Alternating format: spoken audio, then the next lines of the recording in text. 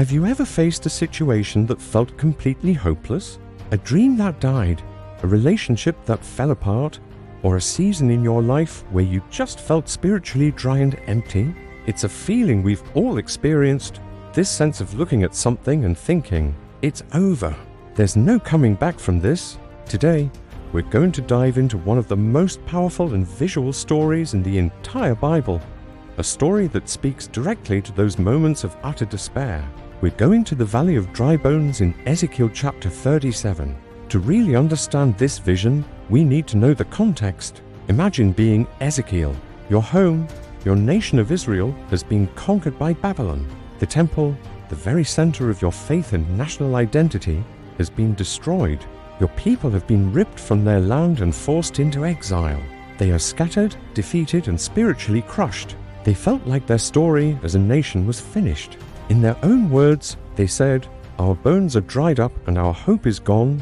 We are cut off." It was into this deep darkness that God called Ezekiel, a priest and a prophet, to speak a message of hope. The story begins in Ezekiel 37 verse 1. "The hand of the Lord was upon me, and he brought me out in the spirit of the Lord and set me down in the middle of a valley. It was full of bones." Can you picture this scene? Not just a few bones, but a whole valley covered with them, and the Bible makes a point to say they were very dry. This wasn't a recent battlefield, this was ancient death. The dryness signifies that all hope had long since evaporated. These weren't just dead, they were hopelessly, irreversibly dead.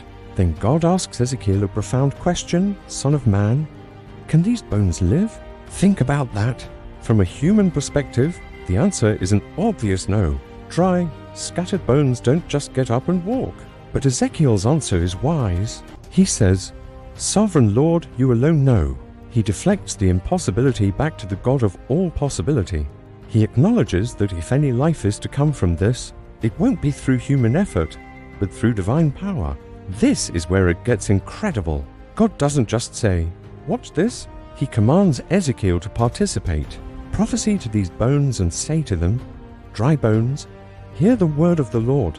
Ezekiel is told to speak God's life-giving word into a situation of absolute death. And this is a key principle for us. God often invites us to speak his truth and promises into our own hopeless situations, even when it feels foolish. So, Ezekiel obeys. As he speaks, something miraculous happens. Verse 7 says, "There was a noise, a rattling sound, and the bones came together, bone to bone." Imagine the sound, the clattering and clanking as skeletons reassemble themselves all across the valley floor. It's a powerful image of restoration and order coming from chaos and decay. God is bringing back a structure, a foundation, but a skeleton isn't alive. It's just the first step. Then, as Ezekiel continues to prophesy, tendons and flesh appear on them and skin covers them. Now, you have bodies, thousands upon thousands of bodies lying in the valley. They look whole, they look complete, but there's still a problem. Verse 8 tells us that there was no breath in them. This is a picture of a church that might have great organization, beautiful buildings, and perfect programs, but no spiritual life. It's a person who goes through all the right motions, goes to church, reads the Bible, prays, but their heart is still cold and distant from God.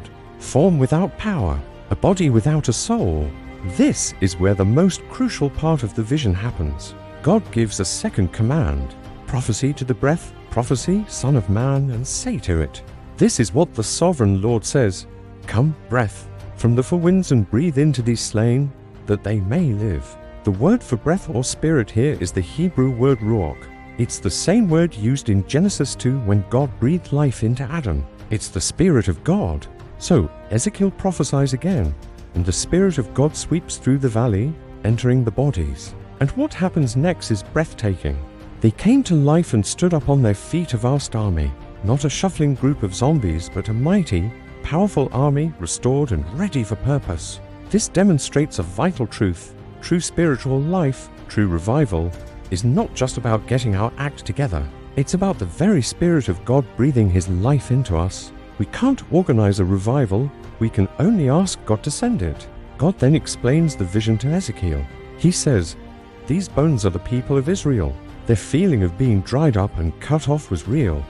But it wasn't the final word.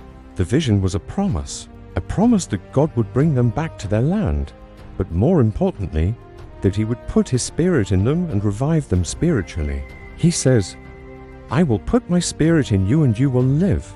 This was partially fulfilled when the exiles returned from Babylon under leaders like Ezra and Nehemiah. But its ultimate fulfillment points us to something even greater. It points to the work of Jesus Christ. Jesus said in John 11, "I am the resurrection and the life." The power that raised Jesus from the dead is the same power that can bring our spiritually dead hearts to life. Romans 8:11 says, "And if the Spirit of Him who raised Jesus from the dead is living in you, He who raised Christ from the dead will also give life to your mortal bodies because of His Spirit who lives in you." The Valley of Dry Bones is a beautiful Old Testament picture of the new life we receive through faith in Jesus. So what does this ancient vision mean for you and me, right here, right now? First, it teaches us that no situation is too hopeless for God. Maybe you're looking at a marriage that feels like a valley of dry bones. Maybe it's your faith which once felt vibrant and now feels brittle and lifeless. Maybe it's a community or even a church that seems to have lost its spirit. God's question to you today is the same one He asked Ezekiel. Can these bones live? And the answer is a resounding yes, but only through His power. Second, it reminds us where true life comes from. It doesn't come from our own efforts, our strategies, or our 5-step plans for self-improvement.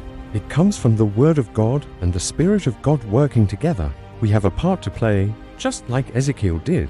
Our part is to align ourselves with God's truth, to speak His promises over our lives, and to humbly ask for His Spirit to come and breathe new life into us. Think about the areas of your life that feel like a valley of dry bones. Is it your passion for God? Your relationships? Your sense of purpose? I want to encourage you today not to give up hope. Don't stare at the dry bones in despair. Instead, do what Ezekiel did. Turn to God and say, "Sovereign Lord, you alone know," and then begin to speak His word into that situation. Pray for the Ruach, the breath of God, to blow through that valley. This story is our story. It's the story of God's incredible resurrecting power. He is the God who specializes in bringing life from death. He can take the most broken, scattered, and hopeless parts of our lives and not only put them back together, but fill them with His Spirit and raise them up for His purpose, turning what was once a valley of death into a vast army for His glory. Trust Him with your dry bones today. He is faithful to bring life. Thank you so much for joining me for this study. If this message encouraged you, please give it a like and consider subscribing for more content that dives deep into the Word of God. May God breathe His new life into you this week.